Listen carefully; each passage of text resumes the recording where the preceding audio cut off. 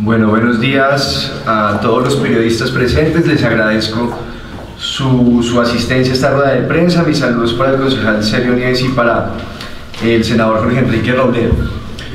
Como lo anunció el alcalde Peñalosa y el presidente Santos, ahora en unas horas, a las 11 de la mañana, van a abrir la licitación del metro elevado. Y no se conocen muchos detalles de esta licitación que vamos a revelar, pero eso es una licitación tramposa, que es producto del afán politiquero del presidente Santos y del alcalde Peñalosa de mostrar un avance sustancial en lo que tiene que ver con la construcción del metro de Bogotá. Y este afán politiquero puede llevar a Bogotá a un desastre de las dimensiones de Hidroituango o del desastre del SITP. Y ahora voy a explicar todos los detalles de por qué estamos haciendo esta advertencia. Primero, esto es evidente que el alcalde Peñalosa y el presidente Santos están desesperados por mostrar un avance y mostrarle a la ciudad que ya se inicia el proceso de construcción con la apertura de la licitación. El presidente Santos, durante sus 2 periodos de gobierno en la presidencia de la República, prometió que dejaría lista la licitación y listo el proyecto antes de que terminara este segundo periodo. Y por eso es que el 6 de agosto, un día antes de que termine su presidencia, están anunciando esta apertura de la licitación. Y el alcalde Peñalosa en varias oportunidades ha incumplido las fechas que ha anunciado de apertura de la licitación. Ustedes deben recordar, en la campaña a la alcaldía, Enrique Peñalosa, yo digo de una forma engañando a todos los electores, dijo que ajustar los estudios del metro subterráneo para hacer el metro elevado iba a ser una cuestión de meses, dijo él en la campaña. Bueno, ya han pasado 2 años y medio desde que se posesionó y los estudios todavía no están listos, como lo voy a demostrar en esta rueda de prensa.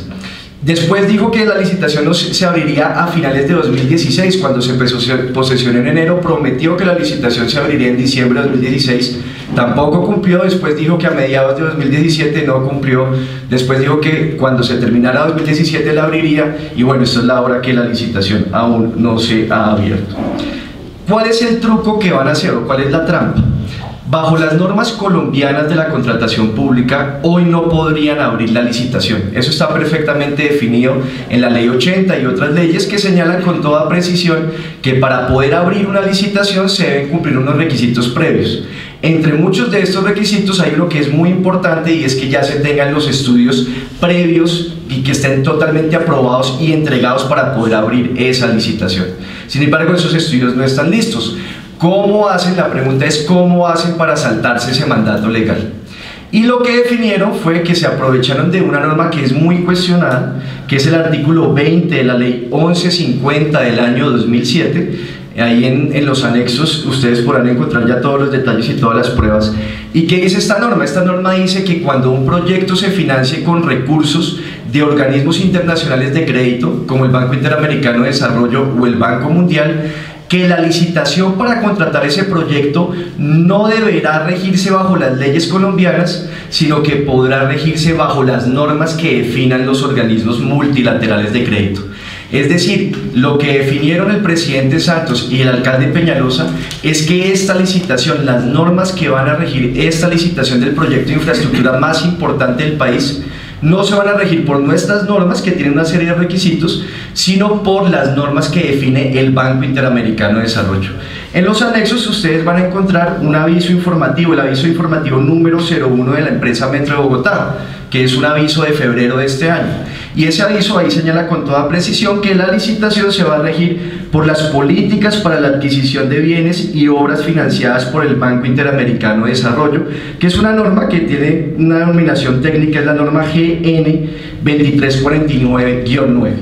Esa es una norma, ahorita voy a explicar cuáles son sus alcances porque tiene unas consecuencias muy graves para la ciudad, que es la que va a definir cómo es que se va a escoger al contratista que va a construir y a operar el metro de Bogotá, porque esta licitación no solamente es para la construcción, sino para entregar el metro en concesión durante 20 años para privatizarlo.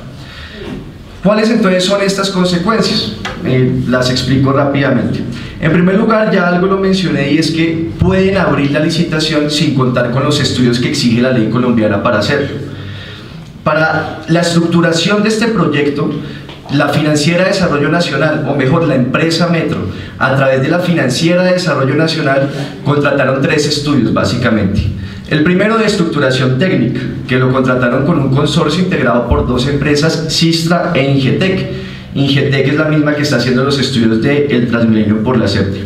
La estructuración financiera, un segundo estudio que contrataron con la firma KPMG, y el tercero, la estructuración legal, que la contrataron con una firma de abogados, Garrigues, Durán y Osorio. Ninguno de estos estudios, ninguno de los tres, ni la estructuración técnica, ni la estructuración financiera, ni la estructuración legal, hoy están listos. Están todavía en un proceso de construcción, según me informó a mí el gerente del metro en un derecho de petición que me contestó el 4 de julio.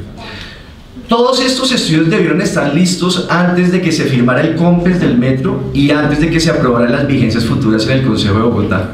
Sin embargo, lo que dijo la Financiera de Desarrollo Nacional es que, a pesar de que no se habían terminado esos estudios, ellos consideraban que ya se había llegado a un nivel de factibilidad. No explicó por qué, pero dijeron, está ya a nivel de factibilidad, entonces podemos aprobar el COMPES y también se pueden aprobar las vigencias futuras en el Consejo. Yo le he estado haciendo un seguimiento muy cercano a estos estudios, a los resultados, y sobre todo he pedido en varias oportunidades que me los entreguen para poder revisarlos.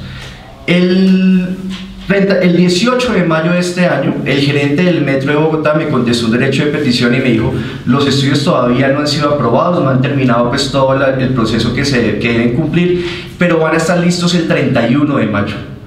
Después le envié otro derecho de petición y le digo, como usted dijo que el 31 de mayo ya estaban listos, pues entonces entréguemelos, copia para revisarlos. Y el 4 de julio, o sea, hace un mes, el 4 de julio me respondió el derecho de petición y me dice lo siguiente. De la estructuración técnica, son 27 productos que hacen parte de la estructuración técnica, o sea, ese es un estudio en el que se van a entregar 27 estudios. Bueno, de esos 27 estudios, solo 3 tenían la aprobación de la interventoría. 2, dice él, que ya habían sido entregados a la Financiera de Desarrollo Nacional. 16, la inmensa mayoría de esos productos aún estaban en revisión por parte de la interventoría, todavía no contaban con la aprobación, el 4 de julio, repito. Y 3 de ellos fueron devueltos por la interventoría al consultor porque habían quedado mal hechos. ¿Esto cómo es? El consultor, Sistra Ingetec, le entrega a la interventoría los estudios, la interventoría los revisa y si no están completos o si son insuficientes, la interventoría se los devuelve al consultor. O sea, esos todavía están embolatados, esos 3 estudios. ¿Cuáles eran? Para que ustedes vean la gravedad. Uno de ellos era el CAPEX. El CAPEX son los costos de inversión o lo que calcula el consultor que va a costar el proyecto. Y resulta que hace un mes no estaba listo el CAPEX y ya nos están diciendo que van a abrir la licitación del metro. También se devolvió en esa oportunidad el estudio sobre programa de obra y flujo de inversiones y el estudio de sistemas de alimentación eléctrica. Bueno, y dijo que otros 3 que faltan de esos 27 estarían listos es ya cuando se inicie el proceso de la licitación. Y dijo que no me preocupara, más o menos, porque previo al inicio del proceso de selección del contratista se publicarían todos los estudios para que los conociéramos y para los que discutiéramos. Pues bien, dentro de 1 hora y media van a abrir la licitación y es el momento en que no se conocen todos los estudios que se contrataron y que son estudios que definen si el proyecto es viable o no. En esto quiero llamar la atención, o sea, no conocemos todavía, no han terminado los estudios que definen la viabilidad del proyecto. Hay otros documentos que señalan que todavía el proyecto no está listo o los estudios no están listos. Por ejemplo, el Banco Interamericano de Desarrollo, en cada proyecto que financia, hace como una ficha técnica que publica en su página de internet. La ficha técnica que aparece en la página del BID sobre el Metro de Bogotá dice lo siguiente, abro comillas: todavía existen indefiniciones vitales en cuanto a la gestión institucional. La forma de financiamiento, hay una indefinición de cómo se va a financiar el proyecto. La coordinación de la primera línea del Metro de Bogotá con el proyecto de transporte público Transmilenio, hay una indefinición de cómo va a ser esa conexión. Y sobre la ubicación exacta de las estaciones, dice el BID. O sea, en su página la ficha técnica dice que todavía no se sabe dónde van a quedar exactamente las estaciones del proyecto. Tampoco se sabe bien o hay indefiniciones en materia de áreas de mejoramiento urbano, talleres y zonas de maniobras de trenes. Y si ustedes ven un documento que también les anexamos en ese paquete que les entregamos, en abril de este año la empresa Metro hizo una invitación a empresas interesadas en el proyecto para que hicieran unas observaciones sobre el proyecto y publicó una cosa que se llama hoja de términos, que son como las características generales del proyecto. Frente a esa hoja de términos, las empresas interesadas podían hacer observaciones. El 4 de agosto, hace 2 días, la empresa Metro publicó las observaciones y las respuestas a estas observaciones.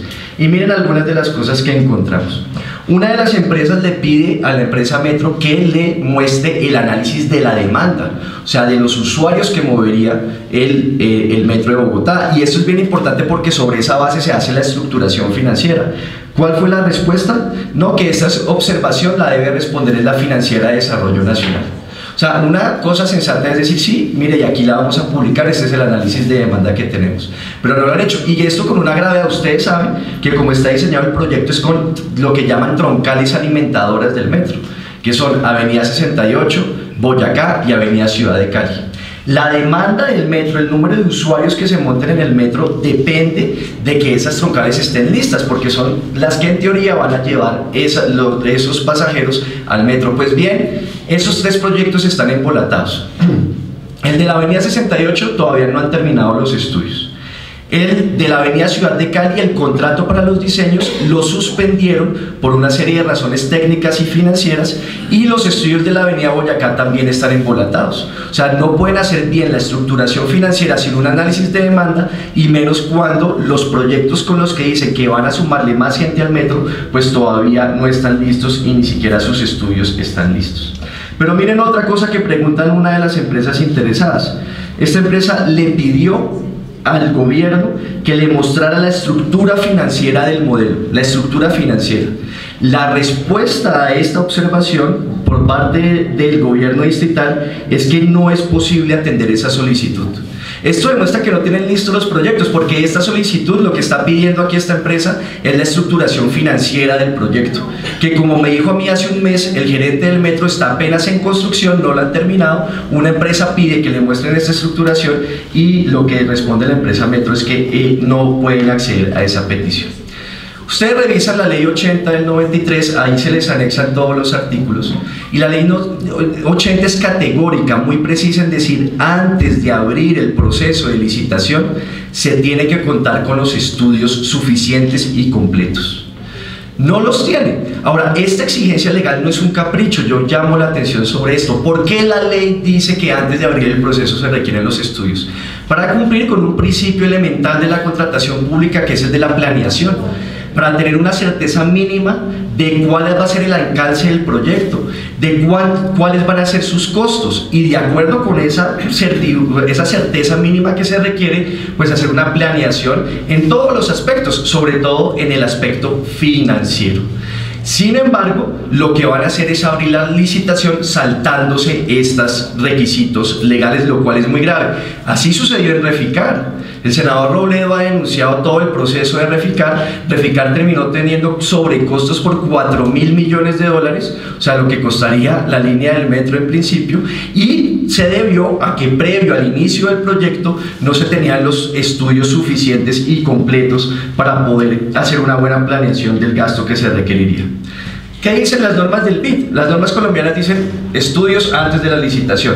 ¿Qué dice esta norma del BID, que es la que va a regir la licitación? Dice, la licitación, que la denominan licitación internacional pública, se divide en 2 etapas. La primera etapa es la preclasificación de las empresas interesadas en ganarse el contrato. Y la segunda etapa ya es la de la presentación de ofertas. Se publican los pliegos en la segunda etapa y se comienzan a presentar las ofertas.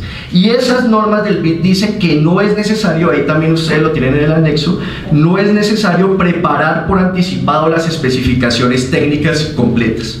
O sea, es bajo esta norma, bajo esta astucia, que hacen o que se saltan los requisitos o los mandatos legales que exigen tener los estudios previos. La primera consecuencia entonces es que no se cumple con el principio de planeación, y hoy van a hacer ese evento bastante politiquero, lo califico yo, abriendo una licitación sin contar con todos los estudios que exige la ley.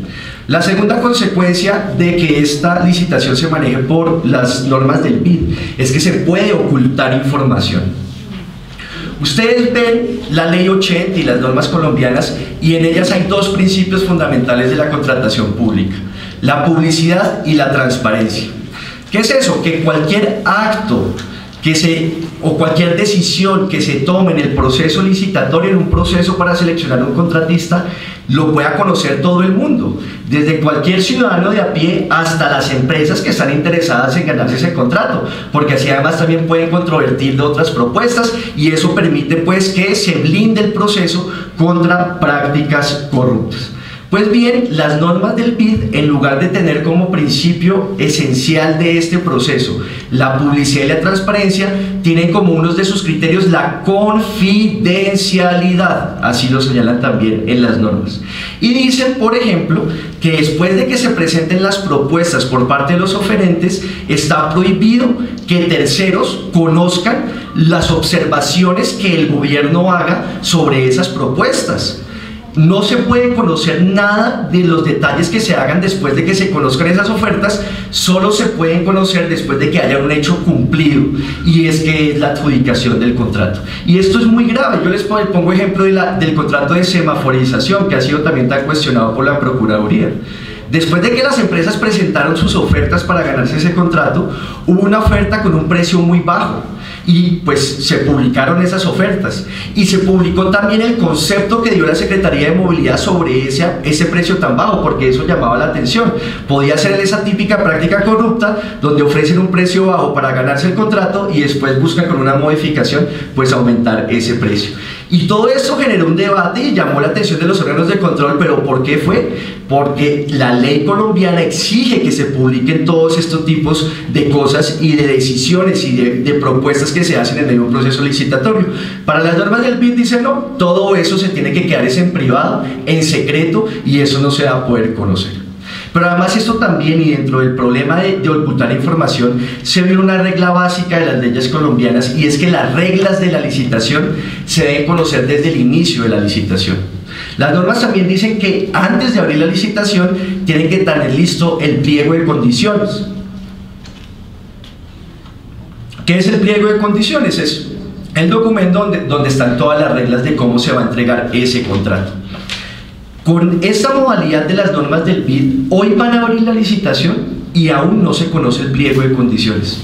Lo que van a hacer hoy es establecer unos requisitos para habilitar a las empresas interesadas, y solo las empresas que logren pasar esta primera etapa podrán después acceder al pliego de peticiones para presentar las ofertas. Todo contrario a lo que señala en las normas colombianas, que repito, dice que los pliegos deben conocerse antes de iniciar la licitación. Pero además, y en esto también llamó la atención, esta autorización que dan las normas del BID para ocultar información impide el debate democrático. Este metro elevado de Peñalosa, que lo hemos calificado desde el polo como un métrico mediocre alimentador de Transmilenio, pues tiene toda una serie de discusiones alrededor de él, y se debería permitir que todas las consideraciones y estudios que se hayan hecho sobre el metro elevado se puedan conocer para que la ciudadanía en general y la academia puedan dar una opinión sobre este proyecto.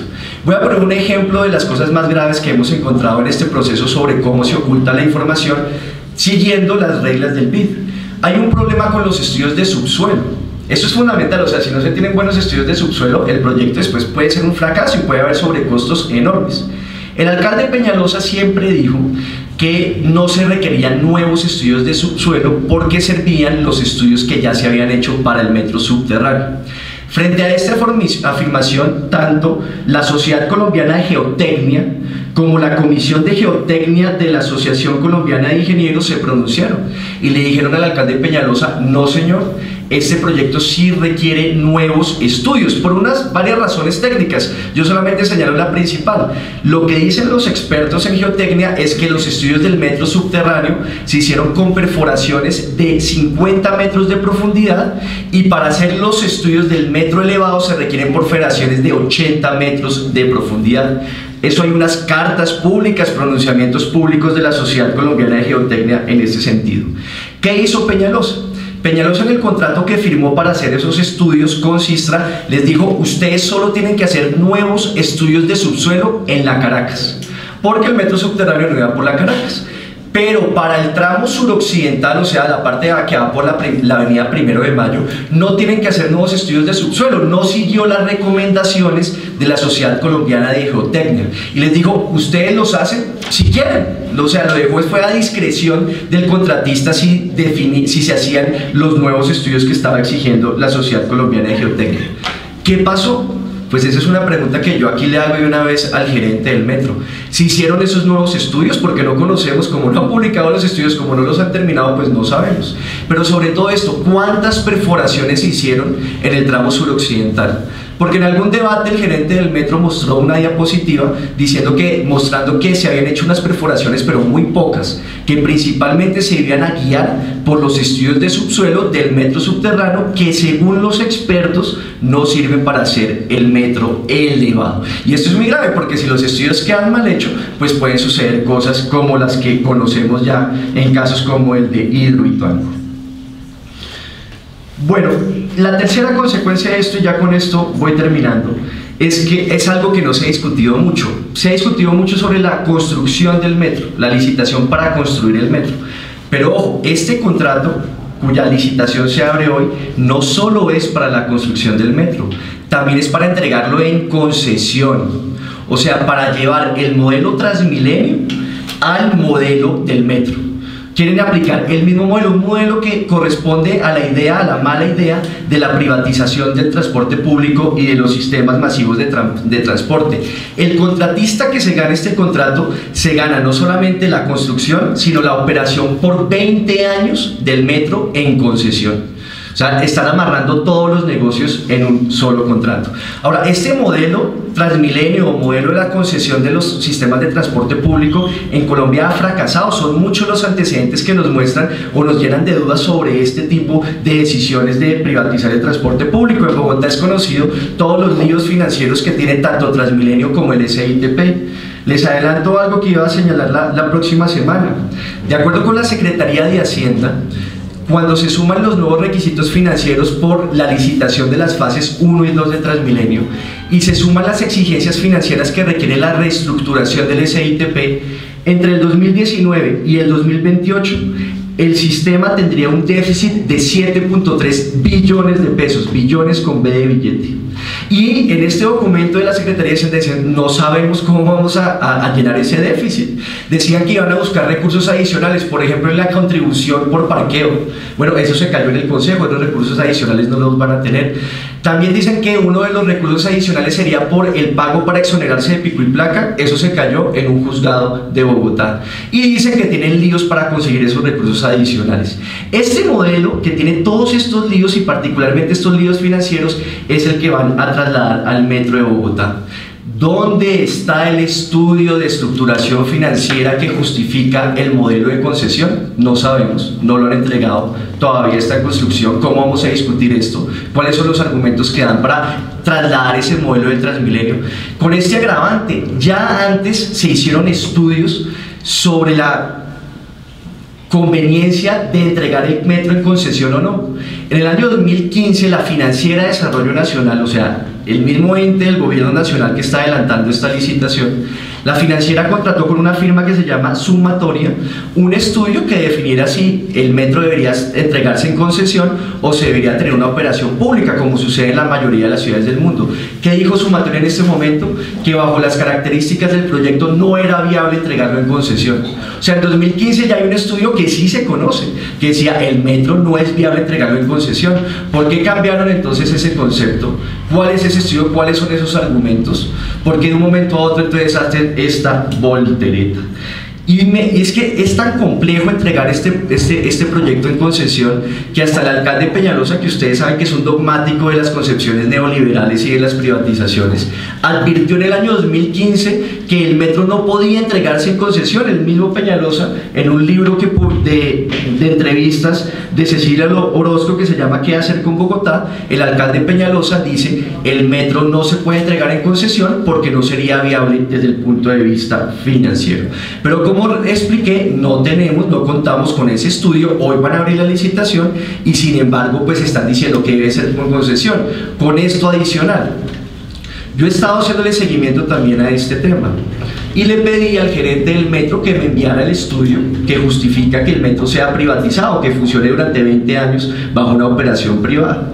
Entonces me contesta, bueno, los estudios no están listos, pero le envío, dice la respuesta al derecho de petición, le envío un acta del comité interadministrativo del convenio que está regulando o adelantando el proyecto. Entonces me puse a leer el acta, y el acta dice, no tiene muchos argumentos, es una cosa muy general, pero entonces el acta dice, la mejor alternativa es entregar el metro en concesión, pero además dice esto: es importante precisar que este ejercicio, o sea, el de la decisión de irse por concesión, se realizó en el mes de agosto de 2017, cuando aún no se conocían los montos de las vigencias futuras que la Nación aprobaría para financiar el proyecto, por lo cual la opción de la financiación privada resultaba mejor desde el punto de vista de asignación de riesgos. ¿Qué quiere decir esto? Que cuando decidieron irse por la idea de un metro en concesión, lo hicieron sin conocer bien cuáles serían las vigencias futuras, o sea, los recursos que la Nación aportaría para el proyecto, pero que de acuerdo con ese escenario lo mejor era irse por el metro en concesión. Bueno, ya se conocen las vigencias futuras, el monto de financiación que le corresponde al gobierno nacional. Yo pregunto, ¿no debieron revisar esta conclusión? Si la conclusión la hace sobre la base de una premisa y cambia esa premisa, ¿no debería también cambiar el resultado de esa decisión? Finalmente, esta decisión de someternos a las normas del BID nos somete a los tribunales internacionales de arbitramiento, muy cuestionados. Esos tribunales internacionales de arbitramiento fallan no de acuerdo con el derecho colombiano, sino fallan sobre todo con una cosa que llaman la costumbre internacional. ¿Qué es la costumbre internacional? Eso nadie lo sabe. Son las normas que fijan las multinacionales en sus negocios, que generalmente son normas contrarias a los intereses de las naciones. Ya Colombia se metió en un problema con este tema de los tribunales internacionales de arbitramiento. En este momento tiene demandas por alrededor de 5.000 millones de dólares, demandas como las de gas natural, la de Comcel y Telefónica, Ecooro por el tema de Santurbán, y la última, la sinvergüencería de Odebrecht, de demandarnos en tribunales internacionales por la suma de 3.6 billones de pesos, una multinacional corrupta que se ganó contratos a punta de sobornos. Lo último, la última consecuencia de esta decisión de entregarle todo el proceso de contratación al BID es que el BID queda con un poder de veto sobre el proyecto. Entonces alguien puede decir, no, pero el BID son muy técnicos, ¿cierto? Además es como una organización que lo que busca es el desarrollo de los países y demás. Sin embargo, el BID es una organización de banqueros y responde a unos intereses definidos. Y la experiencia que el país ha tenido con este tipo de contrataciones que se regulan por las normas del BID es una experiencia bastante negativa. Les voy a poner 3 ejemplos para que dimensionen los alcances de esto. Hidroituango. Toda la estructuración financiera y técnica de Hidroituango se hizo con el BID, bajo las normas del BID, y con el BID como teniendo un papel protagónico en esa estructuración financiera. Es más, bajo las normas del BID se contrató el estudio para definir la confiabilidad de los estudios de Hidroituango. Ya hay muchas discusiones sobre esos estudios, que no estaban bien hechos, que no fueron suficientes, y el BID, este organismo que es el mismo encargado, será el mismo encargado de definir cómo se debe hacer la licitación del Metro de Bogotá, fue el que definió si el proyecto de Hidroituango era viable o no, y fue el que definió la confiabilidad de los estudios que justificaron el proyecto. El mío de Cali, también ese Transmilenio de Cali, un proyecto que ha fracasado en su totalidad, está quebrado como la mayoría de estos sistemas de Transmilenio en todo el país. Lo estructuró el BID y se estructuró bajo las normas del Banco Interamericano de Desarrollo. Y en tercer lugar, el fracaso del proyecto del SITP en Bogotá. La implementación del proyecto estuvo bajo la supervisión del Banco Interamericano de Desarrollo, o sea que el BID no garantiza absolutamente nada. Entonces, es evidente que hay un afán politiquero de Santos y Peñalosa de mostrar algo y de decir hoy, el 6 de agosto, un día antes de que se vaya el presidente, que ya se abre la licitación. Y lo hacen entregándole la contratación al BID, regulando todo el proceso de la licitación, no por las normas colombianas, sino por las normas del BID, que son mucho más flexibles. Y todo esto, este afán y esta decisión de entregarle al BID la definición de cómo es la licitación, pone en riesgo a la ciudad y puede llevar a una catástrofe gigante, como lo que ha sucedido en otros proyectos donde ha estado el BID, como Hidroituango y el SITP de Bogotá. Ahora, algunos me han preguntado en estos días, ¿y ustedes qué espera con el nuevo gobierno nacional? Porque son finalmente los que ponen el 70% de la financiación. Pues es lo mismo de lo de Santos. Primero, toda una alcahuetería con los absurdos que está planteando el alcalde Peñalosa. Los partidos que respaldan a Iván Duque son los mismos partidos que le han alcahueteado todo a Enrique Peñalosa. Pero además recordemos para este proyecto que Iván Duque, la persona que se posesiona mañana como presidente de la República, fue durante más de 10 años empleado del Banco Interamericano de Desarrollo. O sea, es un señor de ellos. Y el Banco Interamericano de Desarrollo, repito, no es ninguna organización filantrópica, es una organización de banqueros que actúa como banqueros. El presidente va a ser ahora, que va a tener, digamos, una responsabilidad en este proyecto, pues ese presidente es un hombre que es de las entrañas del Banco Interamericano de Desarrollo. Es muy grave para Bogotá y por eso es que hacemos estas advertencias. Mil gracias. Le damos la palabra al senador Jorge Enrique Robledo, agradeciendo. Le damos la palabra entonces al concejal Celio Nieves. Muy bien, muchas gracias, muy buen día a todos los medios de comunicación que amablemente asisten a esta buena información que le traemos desde la bancada del Polo Democrático Alternativo como concejales de la ciudad, con el compañero Manuel y en presencia de nuestro senador de la República, el doctor Jorge Enrique Robledo. Después de escuchar a Manuel, al concejal Manuel Sarmiento, muy poco queda para agregar. Solamente quiero certificar que toda esta buena información escuchada en este momento por ustedes hizo parte con abundancia de nuestro comportamiento en el Consejo de la Capital de la República, cuando en el 2017 se discutían estas vigencias futuras por una cifra no despreciable para la responsabilidad de Bogotá de 6.1 billones de pesos, que sumados a los 9.6 billones de pesos que le corresponderán aportar al gobierno nacional, de 9.6 billones, pues vamos aproximadamente a una obra que entre comillas tiene un valor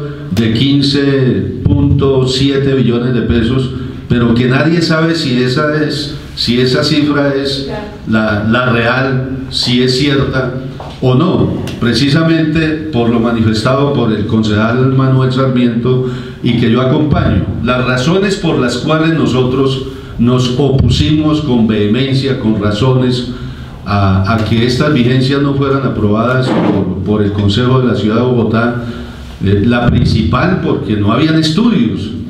Y no hay estudios, de detalle y no hay la factibilidad que va a conducir inevitablemente a determinar un monto seguro de cuánto es lo que le vale esta obra a la capital del país y a la nación. ¿Por qué hablamos de la capital del país y de la nación? Porque las leyes del orden nacional en materia de movilidad pesada, la ley de metros, obliga a la financiación tanto del distrito, de las entidades territoriales, como de la nación, entre el 70% para la nación y el 30% le corresponde al distrito. Fíjense que 9.6 billones de pesos es la misma cifra que se comprometió el presidente Santos con un cheque engañoso y chimbo al gobierno del doctor Gustavo Petro. Es la misma cifra de un metro que se supone era más robusto, más complejo, con estudios, con la estructuración legal y financiera, daban 9.6 billones de pesos. Y este estudio de un metro elevado obligaría, entre comillas, al gobierno nacional a dar la misma cifra, es decir, un metro elevado se corresponde en unos dineros exactamente equivalentes, como si se estuviera haciendo exactamente la misma obra que era desconocida por el doctor Escobar y por el mismo alcalde de la ciudad de Bogotá. Pero fíjense lo siguiente, también el artículo 4 de la ley 388 del año 1997 establece unos procesos de socialización con las comunidades cuando de estructuración de obras urbanísticas de inmensa complejidad se deben desarrollar en las entidades territoriales, llámense municipios, distritos o departamentos. Y ese proceso en la ciudad de Bogotá nunca se hizo.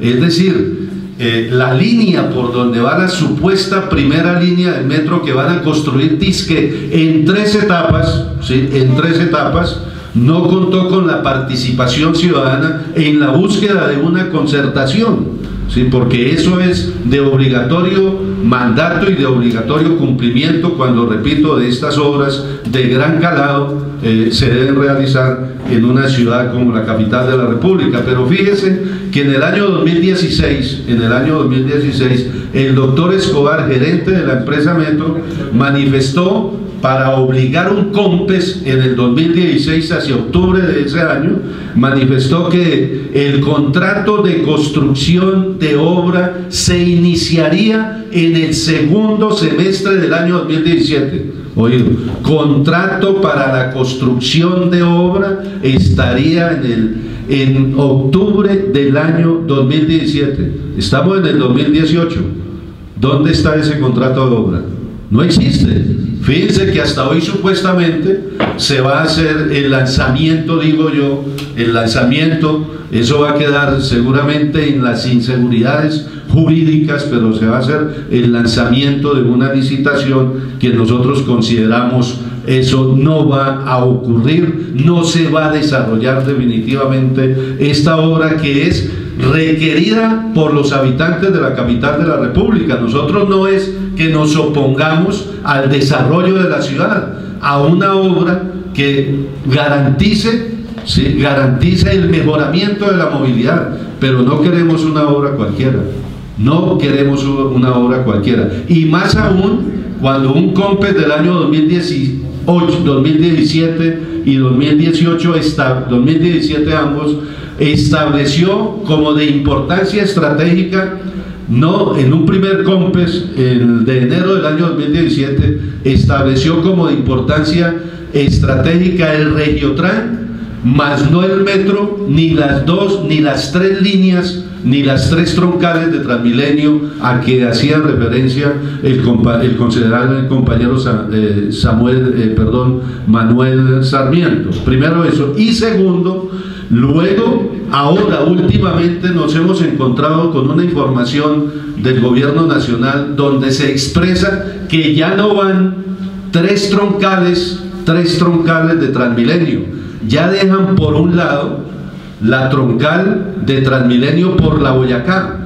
Nosotros no es que seamos defensores de la movilidad de troncales de Transmilenio, porque ahí está el diésel contaminante de la ciudad, y contra eso también nos hemos manifestado en una postura totalmente contraria, porque no favorece la calidad de vida de los habitantes de la ciudad, e indudablemente no pasamos a unas energías limpias que es la que requiere la capital del país, y unos efectos de carácter ambiental, ¿sí?, de carácter ambiental también, que se van a determinar con esta obra que definitivamente no le sirve a los capitalinos.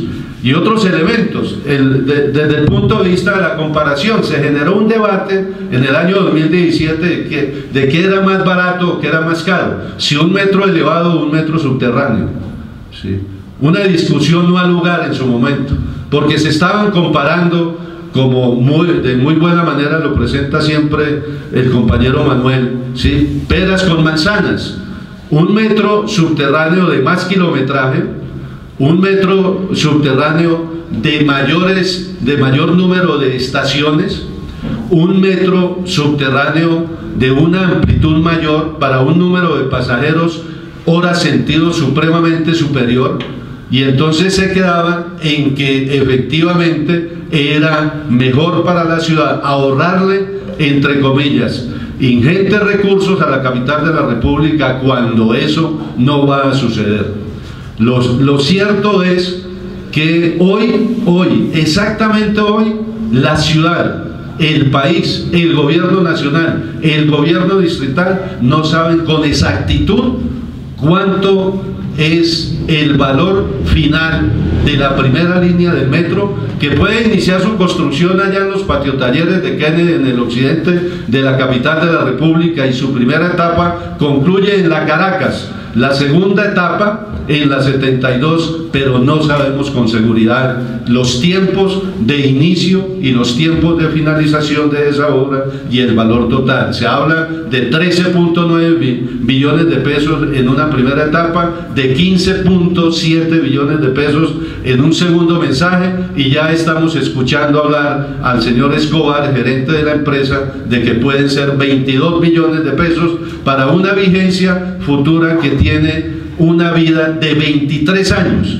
porque está entre el 2018 y el año 2041. Creo que quería igualmente soportar esa información, coadyuvando a la buena información traída hoy por nuestro concejal de Bogotá, el compañero Manuel Sarmiento. Muchas gracias. A continuación damos la palabra al senador Jorge Robledo, senador de la República por el Polo Democrático Alternativo. Bueno, en primer término, saludar a los medios de comunicación, mil gracias por su presencia, a quienes nos vean en las redes, también mis saludos. Felicitar a la bancada del Polo, a Manuel, a Celio, a los otros concejales que no están aquí con nosotros, pero que han sido muy activos en este. Es un tema que siempre nos ha interesado. Felicitarlos porque el esfuerzo que han hecho es bien grande y les sirve mucho a Bogotá y a Colombia. Señalar además que la posición nuestra no es contra el metro. Nosotros estamos a favor del metro, pero con dos características. Primero, que sea un buen metro, el que necesita Colombia, el que necesita Bogotá. Y segundo, y esto sí que lo vamos a enfatizar en adelante, que este metro no se vuelva otro Reficar, otra ladronera. Estamos hablando de un contrato descomunal. Bueno, con esas ideas en mente se hace esta rueda de prensa. Entonces, lo primero que uno oye lo primero que uno piensa cuando le dicen no, es que se va a abrir la licitación sin cumplirse los requisitos de las leyes colombianas. Entonces uno dice, la politiquería. Sí, entonces el doctor Santos, antes de irse, quiere aparecer como el hombre del metro. Y Peñalosa, pues, todas las politiquerías le sirven. Entonces, pues, se juntan y están esta tarde o esta hora por la mañana a hacer el sainete. Pero la cosa es más grave, por lo que hemos oído aquí. No es solo un acto de politiquería, es que una obra pública, cualquiera que ella sea, sin estudios, es una decisión de corrupción que inexorablemente conduce a la corrupción. Esto está sabido, esto es ABC. Esa es la base de la corrupción de Reficar. No había estudios suficientes. Aquí hubo un ministro de este gobierno que se la pasó toda su administración diciendo nunca más se hará en Colombia una obra sin estudios suficientes, porque si se hace así se roban la plata. Bueno, y aquí está el doctor Santos dándole a este asunto. Con un agravante, la ley colombiana no permite esto. O sea que en términos de la ley colombiana están violando la ley colombiana. Pero claro, como son astutos, son vivarachos, en algún momento, a las escondidas contra el país, se aprueba una norma que dice que esto se puede hacer con las leyes del BID, que las leyes del BID permiten hacer estos despropósitos. ¿Pero qué es el BID? Porque entonces ahora no lo refriegan como una cosa maravillosa. No, lo dijo Manuel también con toda seriedad. El BID es una organización de banqueros, y de banqueros extranjeros, que son de los más corruptos del mundo. Y la obra es una obra diseñada para extranjeros. Todo lo han hecho para extranjeros. Inclusive la idea de juntar al constructor con el operador es para aumentar la escala del negocio, o sea, para que sea más fácil dársela a los extranjeros. Entonces, aquí, ¿qué es lo que yo leo en estas decisiones del BID y en las decisiones de Colombia, de quienes nos han gobernado, de empezar a operar con normas que son absolutamente absurdas? Dice Manuel también, llenas, garantizando el secretismo, no garantizando que podamos preguntar y saber, sino el ocultamiento, que es la base de la trampa. La primera característica del tramposo y del corrupto es el ocultamiento. Y esas normas que vamos a aplicar o que van a aplicar ellos tienen que ver con ellos. Entonces aquí sí que se confirma, mi estimado Manuel, una cosa que yo he dicho mucho: el refinamiento neoliberal de la corrupción, a dónde nos ha llevado. Antes se decía, el viejo aforismo español, echa la ley, echa la trampa. Ahora, ¿de qué se trata? De introducir la trampa en la ley. Esa es la viveza, introducir la trampa en la ley, y eso es lo que estamos viendo de manera evidente que es de lo que se trata.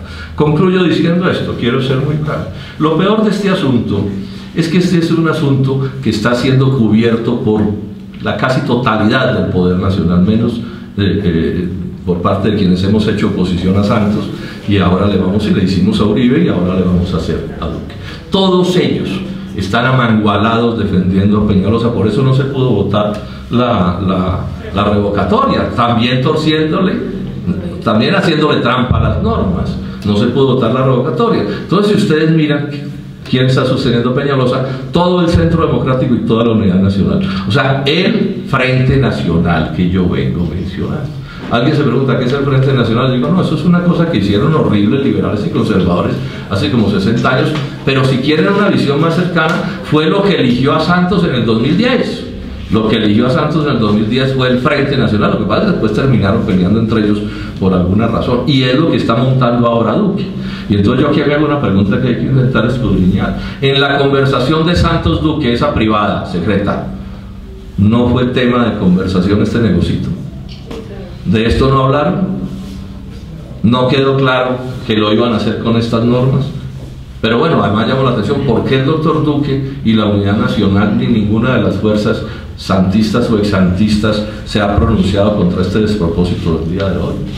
Es evidente que aquí también va a operar el Frente Nacional que quiere constituir, o que ya tiene prácticamente constituido el doctor Iván Duque. Por último, decirles esto, Manuel y Sergio, es evidente que ante esta gravedad yo anuncio hoy debate en el Senado sobre esto.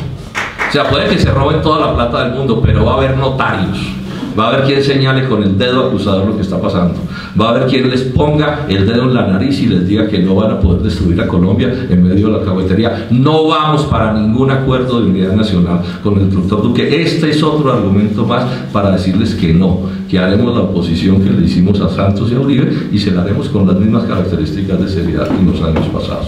Muchas gracias.